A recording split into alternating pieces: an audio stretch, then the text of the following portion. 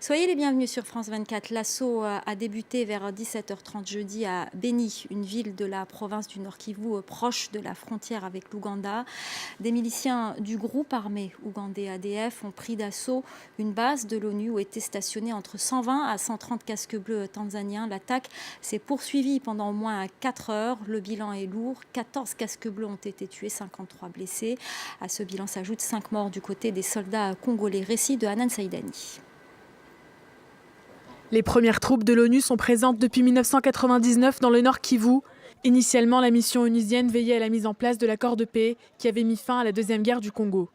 En 2010, les forces de l'ONU sont toujours présentes et une nouvelle résolution est votée. C'est la création de la MONUSCO, la mission des Nations Unies au Congo. Le mandat est élargi à la protection des civils, du personnel humanitaire et des défenseurs des droits de l'homme. Ce pays frontalier du Rwanda voit alors affluer des milices rwandaises recherchées par la justice internationale et combattues par Kigali pour leur rôle dans le génocide des Tutsis. Ces milices s'associent avec des groupes armés congolais opposés au gouvernement central. Le Nord Kivu, riche en minerais et en bois, suscite les convoitises. Les milices profitent des tensions ethniques pour déstabiliser la région. Les casques bleus sont des cibles privilégiées. Face à la recrudescence des attaques, le Conseil de sécurité crée une brigade d'intervention spéciale en 2014.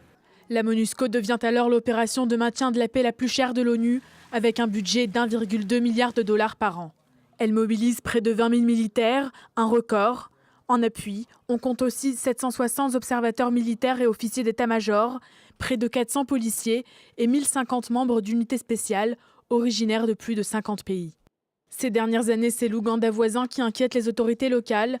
De nombreuses milices islamistes opposées au gouvernement ougandais ont trouvé refuge dans les forêts du Nord Kivu.